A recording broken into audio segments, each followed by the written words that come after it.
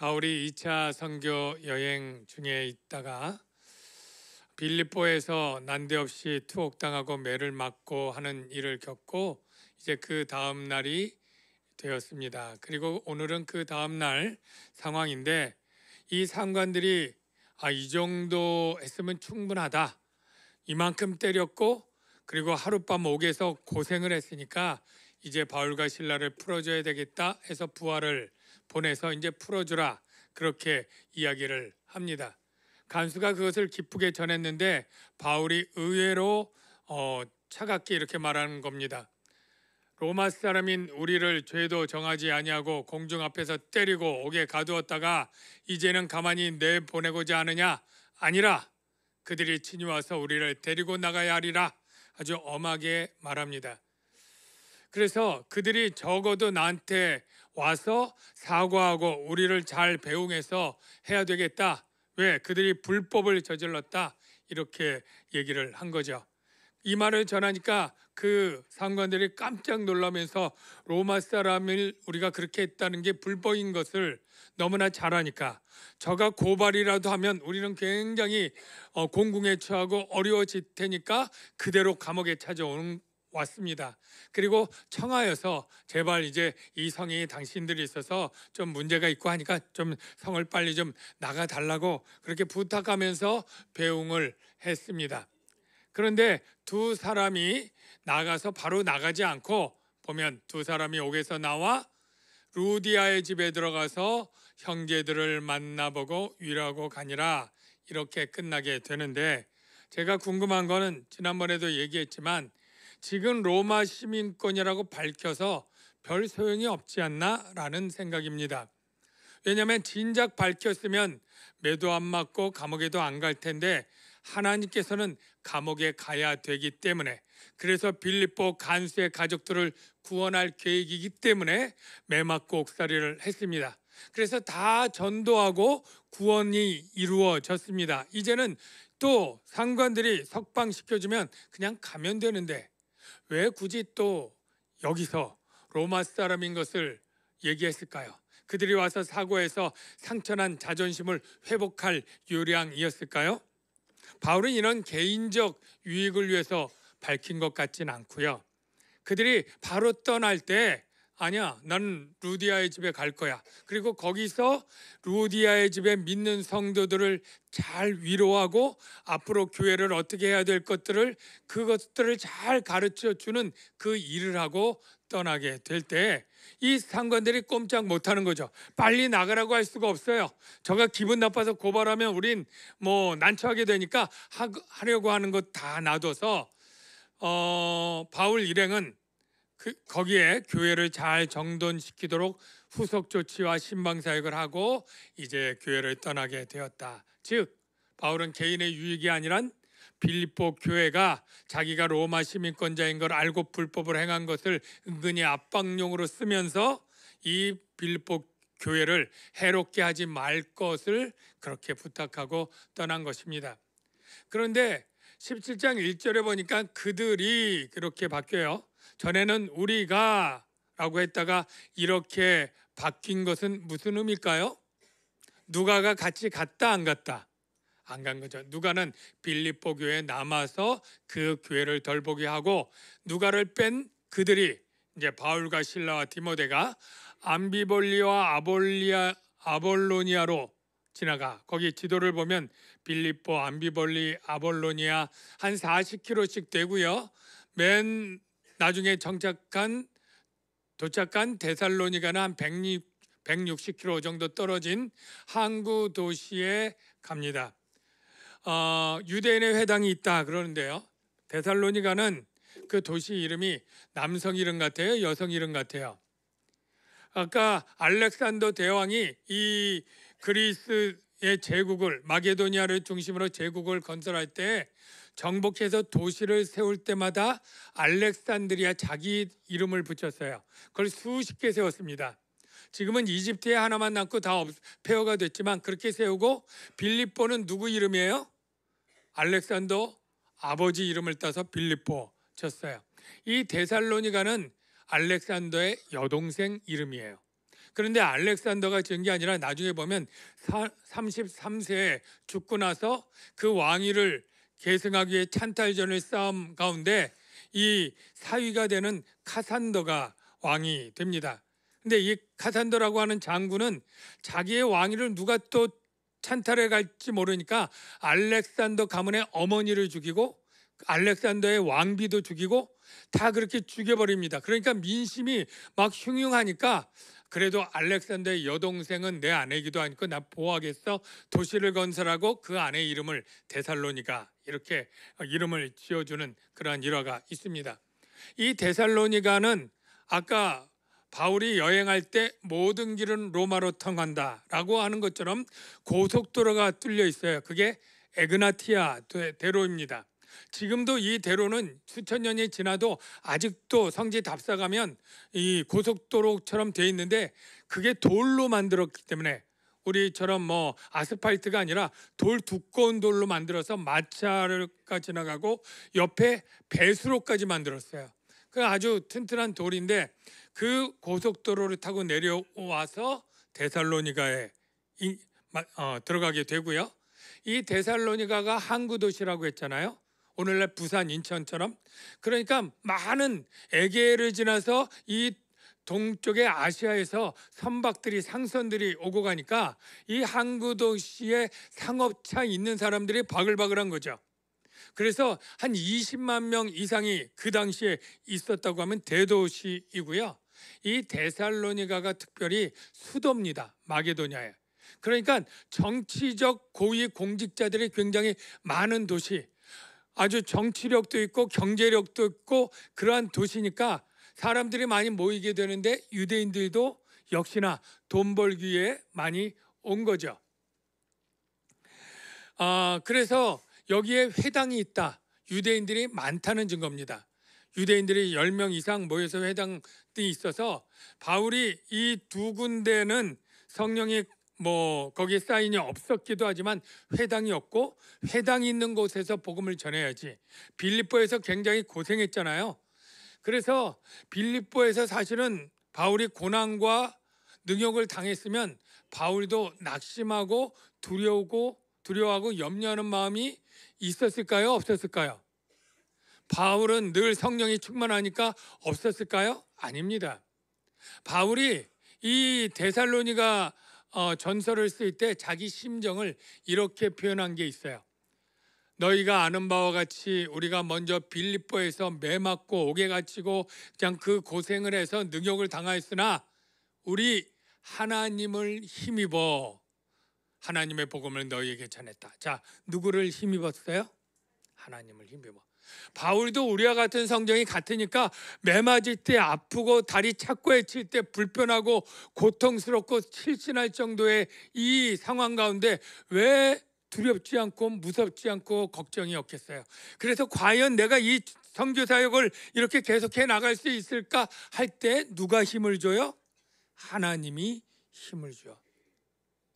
저와 여러분들이 주님의 일을 할 때 저와 우리의 능력만으로는 감당할 수 없을 때가 많겠지만 하나님을 의지할 때 하나님이 힘을 주시는데 하나님이 공급하시는 힘으로 주의 일을 감당해야 될 줄로 믿습니다.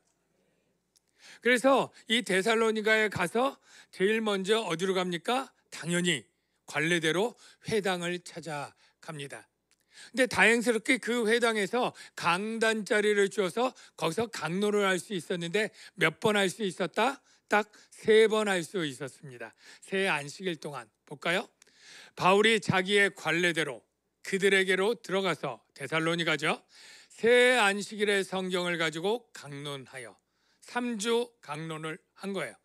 그리고 강론의 내용이 무엇이었느냐면 뜻을 풀어 그리스도가 해를 받고 다시 살아나야 할 것을 증언하고 이르되 내가 너희에게 전하는 이 예수가 곧 그리스도라 하니. 자, 이게 무슨 말이냐면 유대인들은 구약 성경을 달달 외울 정도로 잘 알아요.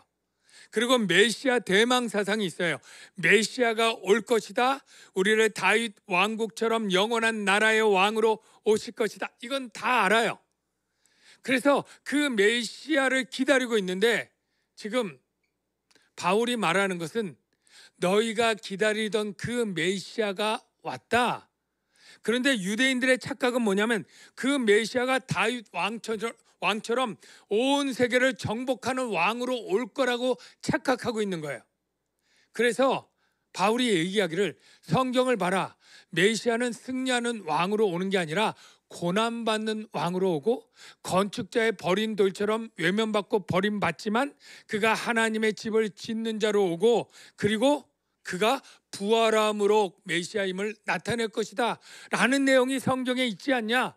바로 그렇게 일을 한 게 바로 이 예수고 이 예수가 그리스도다. 이걸 증언하는 거예요. 그래서 그 인용된 구절들이 구약에 뭐 많이 있겠지만 대표적으로 그 관점에서 세 구절만 보면 당연히 이사야의 이 말씀을 전했겠죠. 그가 찔림은 우리의 허물 때문이요 그가 상함은 우리의 죄악 때문이라. 그가 징계를 받음으로 우리가 평화를 누리고 그가 채찍에 맞음으로 우리가 나음을 입었도다. 이 메시아가 바로 예수다. 이 얘기를 하면서 그는 건축자의 버린 돌이 진모퉁이의 머릿돌이 되었나니 이 시편의 예언처럼 사람들에게 버림받았으나 하나님이 성전의 모퉁이돌 삼으신 분이다. 그리고 마지막으로 부활을 얘기하는데 다윗의 부활 시편이 있습니다. 내 마음이 기쁘고 나의 영도 즐거워하며 내 육체도 안전히 살리니 이는 주께서 내 영혼을 스올에 버리지 아니할 것이며. 영혼을 스올 지옥에 버리지 않는다는 거예요. 주의 거룩한 자 메시아를 멸망시키지 않는다. 멸망은 죽어 썩어짐이 없다. 이게 바로 다윗의 시편인데 이게 다윗 자신을 말한 게 아니다라는 거죠. 오실 메시아가 죽었으나 하나님이 살리실 것을 미리 그는 선지자라 예언한 것이고 그걸 예수가 이루었고 예수를 믿어야 된다. 이렇게 구약 성경을 들어 증언한 거예요. 그랬더니 반응이 어떠할까요? 데살로니가 사람은 이 말을 어떻게 들었을까요? 아, 바울 자신의 이상한 가르침이야, 사람의 말이야, 이렇게 들었을까요? 이게 정말 하나님 말씀이네. 이렇게 하나님 말씀으로 들었을까요? 우리가 잘 아는 말씀 중에 이런 거 있죠. 사람의 말로 듣지 아니하고 하나님 말씀으로 들어라. 이게 바로 데살로니가 교회에 나타난 편지에 있습니다. 너희가 우리에게 들은 바 하나님의 말씀을 받을 때에 사람의 말로 받지 아니하고 하나님 말씀으로 받음이니 진실로 그러하도다. 바울이 나중에 칭찬하면서 너희가 그때 내가 이 전한 복음을 사람의 말로 안 듣고 하나님 말씀으로 들었다. 이렇게 칭찬하고 인정하는 거예요. 여러분 어떤 목사님들이 가끔 가다가 이렇게 말하거나 권면하고 할 때 사람의 말로 듣지 말고 하나님 말씀으로 들으세요. 순종하세요. 그런 식으로 이렇게 말하는 경우가 있잖아요. 네. 근데 여기서 하나님 말씀으로 들으라고 했을 때는 복음이에요. 복음.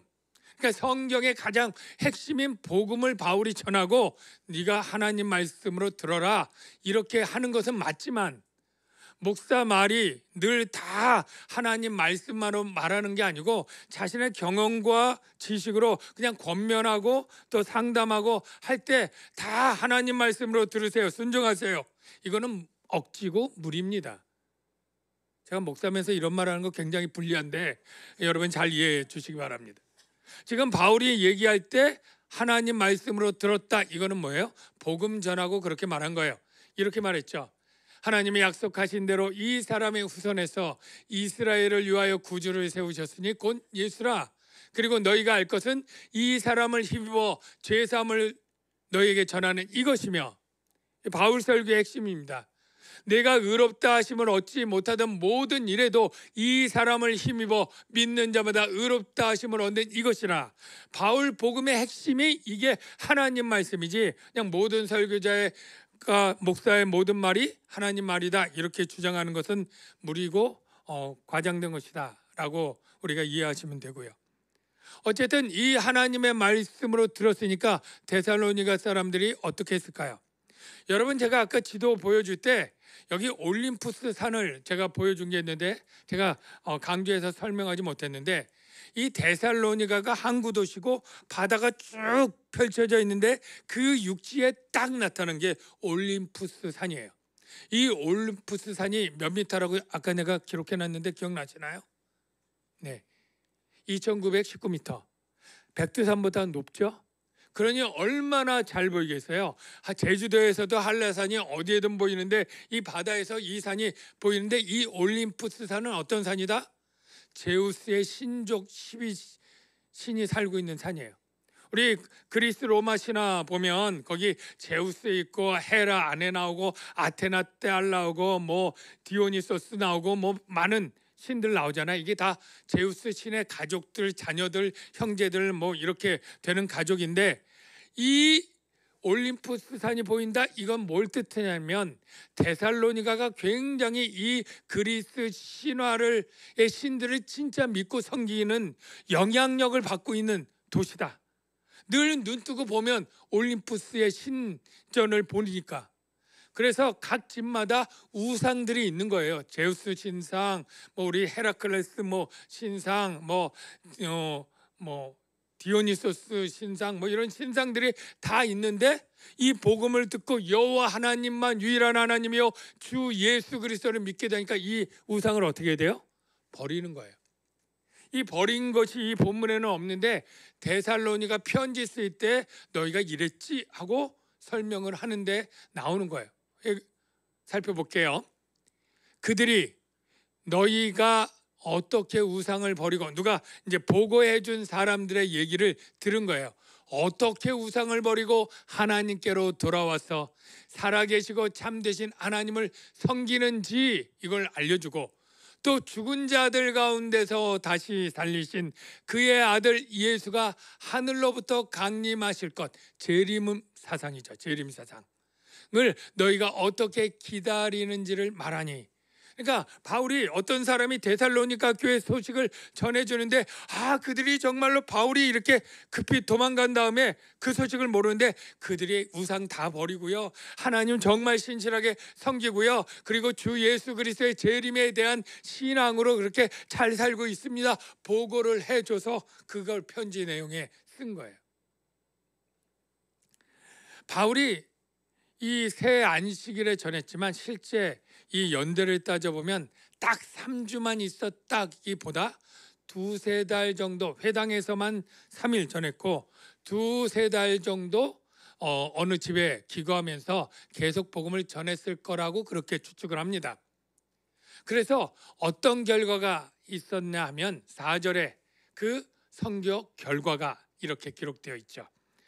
그 중에 어떤 사람 곧 경건한 헬라인의 큰 무리, 첫 번째 경건한 헬라인의 큰 무리와 적지 않은 귀부인도 권함을 받고 바울과 실라를 따르나. 네, 선교 결과가 있었어요. 여러분, 경건한 헬라인은 어떤 사람이냐면 헬라인인데 그리스 신화들의 신들을 섬기다가 유대교가 섬기는 야훼 하나님이 참 신인 것 같아. 그래서 거기에 관심을 갖고 나도 유대교 회당에 좀 들어가서 그 말씀을 듣고 이 유대교에 들어가서 이 유대교인들은 앞에 있고 그 경건하게 믿겠다고 하는 사람 뒤쪽 어디에서 방청객처럼 거기에 있는 거예요. 그래서 그 가르침을 받고 배우는 사람들이 경건한 헬라인인데 아직 유대교에 입교는 안 해. 왜 입교를 안 합니까? 입교 하려니까 할례 받으라 그러고 율법 다 지키라고 하니까 이게 너무 걸림돌이라 이 말씀 듣는 건 좋은데 그것까지는 자신이 없는 사람들이 그렇게 회당에 꽤 많은 수가 있었는데 바울이 와서 설교하기를 뭐라고 해요? 지금 예루살렘 공회의 결정이나 하나님의 뜻이 무엇이냐면 율법으로 의를 얻는 게 아니니까 할례를 꼭 받아야 되는 것도 아니고 오직 주 예수 그리스도를 믿음으로 은혜로 성령 받고 구원받는다. 이 얘기를 하니까 그들에게는 어떤 거예요? 정말로 복음인 거예요. 기쁨인 거예요. 그래가지고 이 유대교에서 바울과 실라를 다 따르고 바울이 나오니까 같이 따라 나온 거예요. 여기까지는 그래도 유대인들이 좀 씩씩거리지만 참을만 했는데 누가 또 바울을 따르느냐 하면 적지 않은 누구요? 귀부인.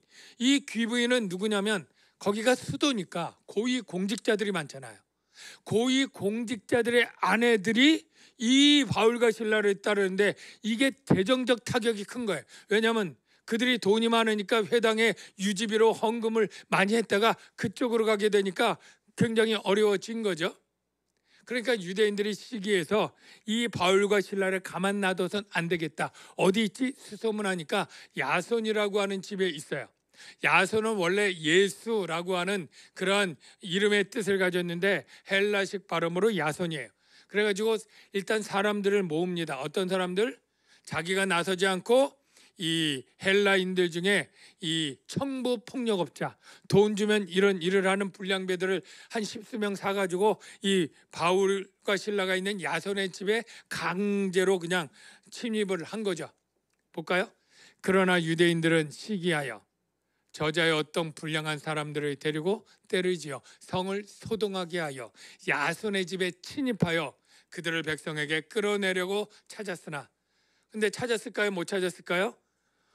없었던 거예요. 바울과 실라가 정작 체포할 가장 중요한 대상이 성령이 알려줬는지 누가 귀뜸을 해줬는지는 몰라요. 근데 그들이 없으니까 그냥 돌아갈 수가 없으니까 이제 야손을 잡아갑니다. 왜요? 바울과 실라가 계속 여기에 머물 수 있도록 먹고 자고 빨래해주고 도와주는 이 야손 때문에 바울과 실라가 계속 머무를 수 있었고 우리가 해를 당하게 되었다. 이렇게 하면서 야손을 고발합니다. 야손과 및 형제들을 끌고 읍장, 치안관인데 오늘날 경찰서장쯤 되는 그런 사람들이에요. 가서 소리질러 이르되 천하를 어지럽게 하던 이 사람들, 바울과 실라 전교팀이죠. 여기도 이름에 야손이 그를 맞아 들였도다. 이 사람들이 다 가이사의 명을 거역하여 말하되, 그러니까 종교적 범죄로 고발하면 기각당하고 무시될 걸 알았어요. 그래서 정치적 범죄로 혐의를 씌운 거예요.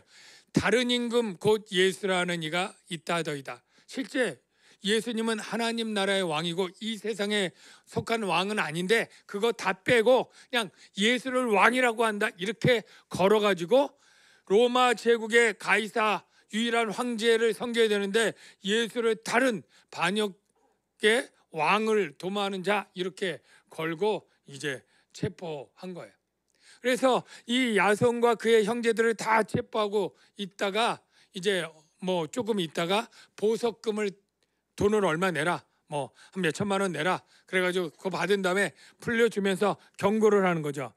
내가 지금 이 돈 받고 풀어주긴 풀어주는데 다시 바울과 실라를 너희 집에 얼씬거리게도 못해라. 만약 그것이 목격되면 넌 다시 집행유예 끝, 다시 또 감옥에 갇히고 너 아주 형벌을 호되게 당할 거야. 이 아주 겁박하고 내보내게 되는 거예요. 여기까지 본문의 내용입니다. 그러니까 우리가 살펴보지는 않았지만 바울과 실라는 야반 도주를 한 거예요.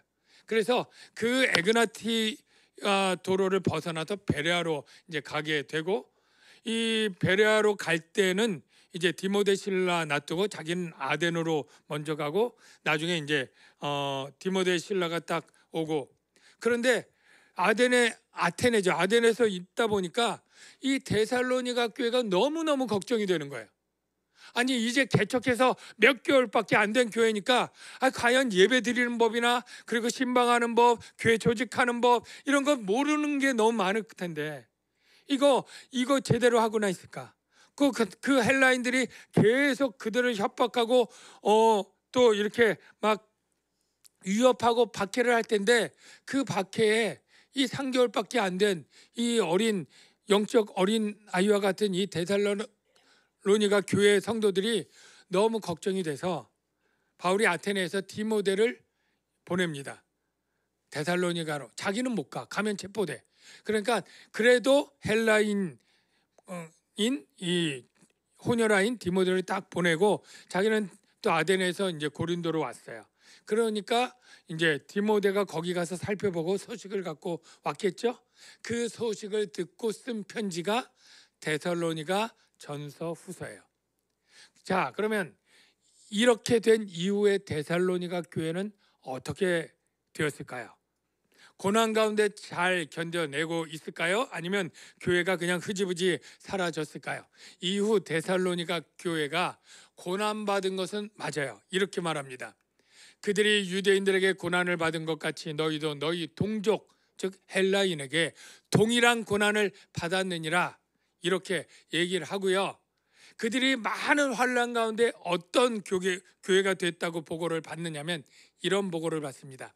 또 너희는 많은 환난 가운데서 성령의 기쁨으로 말씀을 받아 우리와 주를 본받는 자가 되었으니 그러므로 너희가 마게도냐와 아가야에 있는 모든 믿는 자의 본이 되었느니라. 모범적인 교회가 되었고 하나님을 향하는 너희 믿음의 소문이 각처에 퍼졌다. 참 놀라운 소식을 들은 거예요. 아니, 믿음이 제대로 꽃이나 피웠을까? 안절부절 못하고 디모데 보냈더니 디모데가 왔는데 그들이 기쁨으로 말씀을 받고 정말로 주위 사람들에게 믿음 좋다는 소문이 나고 데살로니가 교회처럼 믿음 생활을 해야 된다고 이렇게 모본이 될 교회, 소문이 각처에 퍼졌다는 거예요. 그래서 바울이 이 데살로니가 교회가 오히려 자랑스럽다고 이렇게 얘기합니다. 너희가 견디고 있는 모든 박해와 환난 중에서, 즉 박해와 환난이 끝난 게 아니에요. 지금도 견디고 있어야 돼요. 진행형이에요. 그런데 너희 인내와 믿음으로 말미암아 하나님의 여러 교회에서 우리가 친히 자랑하노라. 정말 개척한 지 몇 개월 안 되고 내가 얼마 가르치도 못한 이러한 약한 데살로니가 교회가 정말로 이렇게 믿음을 인내함으로 잘 지키고 있어 정말 자랑스러운 교회가 되었다. 이렇게 칭찬하고 있는 거예요. 여러분, 고린도전서에 보면 고린도 교회가 바울이 고린도 교회가 너희에게 이 세 가지가 항상 있어야 되는데 그게 뭐라고 얘기합니까? 이 세 가지 항상 있어야 된다. 뭐요? 믿음, 소망, 사랑. 근데 이 고린도 교회에게는 항상 있어야 된다. 지금 없으니까 하는 얘기잖아요. 있어라. 그런데 이 세 가지가 있다라고 이미 인정해 준 교회가 어디냐면 데살로니가 교회예요. 여러분, 데살로니가 교회를 믿음, 소망, 사랑이 있는 교회라고 어떻게 표현했는지 데살로니가 전서 보면 이렇게 말합니다. 우리가 너희 모두로 말미암아 항상 하나님께 감사하고 기도할 때 너희를 기억하는데 그 이유가 뭐냐면 너희가 믿음의 역사와 사랑의 수고와 우리 주 예수 그리스도에 대한 소망의 인내를 우리가 기억한다는 거예요. 자, 여기 믿음, 소망, 사랑 다 있어요? 다 있죠. 그러니까 데살로니가 교회는 정말 환난과 어려움이 고린도 교회보다 훨씬 많았는데 믿음, 사랑, 소망 다 있었어요. 그러면 또 궁금한 거, 한편 야손은 어떻게 됐을까요? 그냥 보석금 내게 되고 이렇게 감옥에 갇혔던 야손.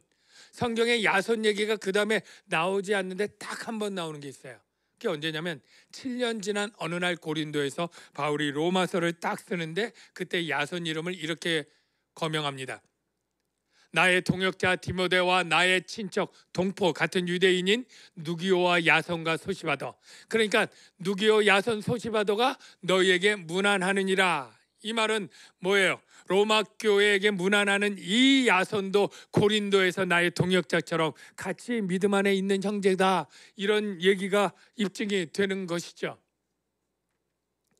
여러분, 이처럼 고난과 환난과 시련이 많았던 데살로니가 교회가 그 인내로 말미암아 믿음으로 말미암아 소문이 각처에 나고 믿음, 소망, 사랑이 있는 교회로 된 것은 참으로 아이러니 같지만 하나님이 역사하시면 되는 일인 것입니다. 우리 그리스도인들은 고난을 당합니다. 특별히 바울과 실라가 고난을 참 많이 당하죠. 그럴 때 우리는 하나님께 이런 의문은 한 번쯤 가져봐요. 하나님, 하나님의 사명을 받아 일을 그렇게 하러 가는데 하나님 좀 잘 도와주셔서 억울하게 매맞거나 감옥에 가거나 야반 도주할수록 쫓겨나거나 이런 일 좀 안 하면서 전도하기에는 좀 할 수 없을까요? 그냥 돕는 사람만 있어서 평안하게 척척척척 그 아니나 그냥 다니는 것도 춥고 힘들고 그 거리 걸어 다니고 힘든 것 있는데 왜 덧붙여서 이렇게 힘든 고난들을 계속 줍니까? 좀 쉽게 가면 더 좋잖아요. 우리가 이런 생각들을 할 수 있잖아요. 그리고 우리 예수 믿는 우리의 삶의 확장을 보면 우리가 다 선교사는 아니지만 내가 믿음 생활 시작한 어떤 가정에 왜 갑자기 이렇게 힘든 병에 걸리고, 왜 사업을 했는데 안 되게 해서 빚쟁이에 쪼들려서 힘들게 하고, 왜 이렇게 관계 가운데 엉클어져서 상처받아서 힘들게 하고, 아니 모든 성도들 정말 신앙생활 잘할 수 있도록 하나님 좋게 편하게 안전하게 그렇게 도와주시면 왜 안 되나요?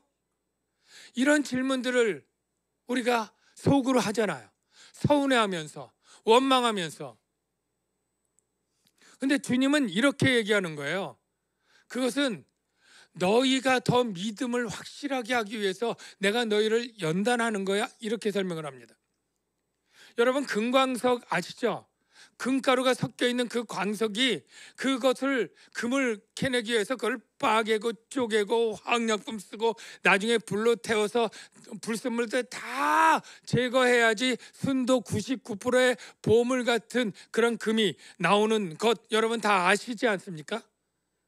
하나님이 당신의 백성들을 온실 속의 화초처럼 키우면 정말로 그 온실에서 벗어났을 땐 다 얼어 죽고 말라 죽기 때문에 하나님은 그렇게 되기를 원치 않으시고, 너희의 강한 믿음을 위해서 내가 너희를 연단하는 일을 한다, 이렇게 얘기를 합니다.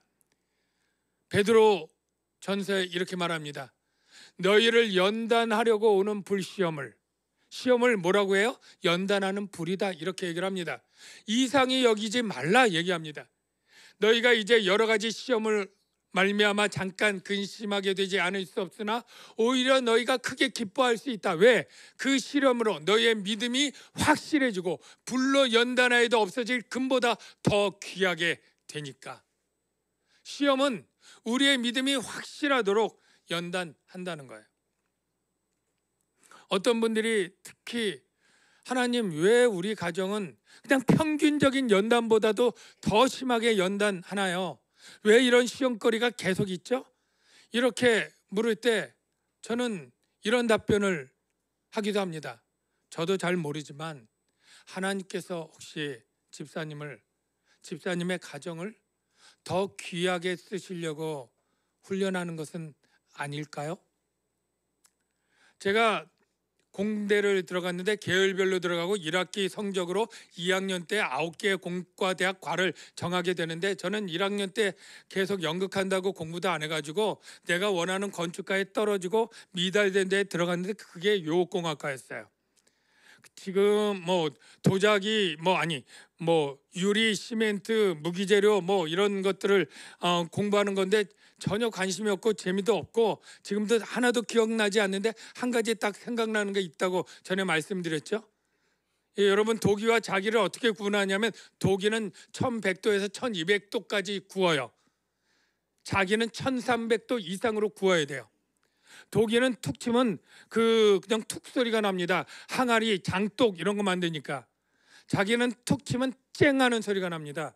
왜냐하면 열이 뜨겁고 세어질 때 그 안에 입자들이 서로 녹아 붙으면서 유리가 돼요. 그래서 유리화가 되면 유리화가 많을수록 맑은 소리가 나고, 그래서 청자, 백자 이 상태는 다 자기인 것이죠. 훨씬 더 비싼 것이죠. 하나님은 당신의 백성들을 다 연단하고 훈련하는데, 특별히 어떤 사람들, 바울과 신라처럼 정말로 당신의 사명을 감당하기 위해 수족처럼 쓸 사람들은 보통 훈련으로 안 되는 거죠. 그 연단 속에 주님을 믿고 시험을 이겨내 올 수 있도록 하나님이 훈련시키는 거예요. TV에 보니까 강철부대라고 하는 그런 프로그램이 있었는데, 거기 정말 군인들 중에 가장 세다고 하는 특전사, UDT, 707 그런 부대들 서로 나오는데 정말 남다르더라고요.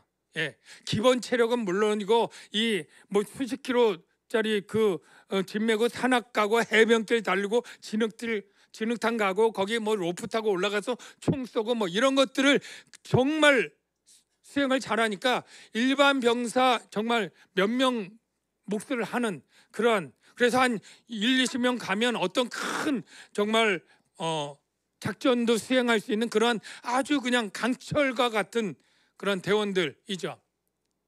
그런데 그 강철 부대원들이 거저 나왔겠습니까? 일반 병사의 똑같은 훈련으로 됐겠습니까? 훨씬 힘들고 혹독한 훈련들을 계속 오랫동안 받으면서 그 부대원이 된 것 아니겠습니까? 하나님이 이 세상의 사단과의 싸우는 영적 전투에 가장 강력한 그런 훈련된 그 백성을 그냥 시련 없이 그냥 내보낼 수 있겠습니까? 그래서 누군가는 이러한 시련과 박해 어려움들을 주되 감당할 수 있을 만큼 주면서 계속 시련을 줌으로써 그가 온전하도록 만드는 거죠. 야고보 사도가 이렇게 설명을 해줍니다. 너희가 여러 가지 시험을 당하거든 온전히 기쁘게 여기라. 이는 너희 믿음의 시련이 인내를 만들어 내는데, 인내를 온전히 이루면 너희가 온전하고 구비하여 조금도 부족함이 없는 하나님의 사람이 될 것이에요. 시험을 인내하게 하여 부족함이 없이 온전하게 한다. 사랑하는 성도 여러분, 하나님은 우리를 온실속의 화초처럼 고난 없이 평탄하게 살기를 원하거나 그냥 두시지 않고 우리에게 때때로 시련을 주십니다. 그 시련을 통해 우리의 믿음을 강하고 정결하게 하죠. 이런 가사의 찬양이 있습니다.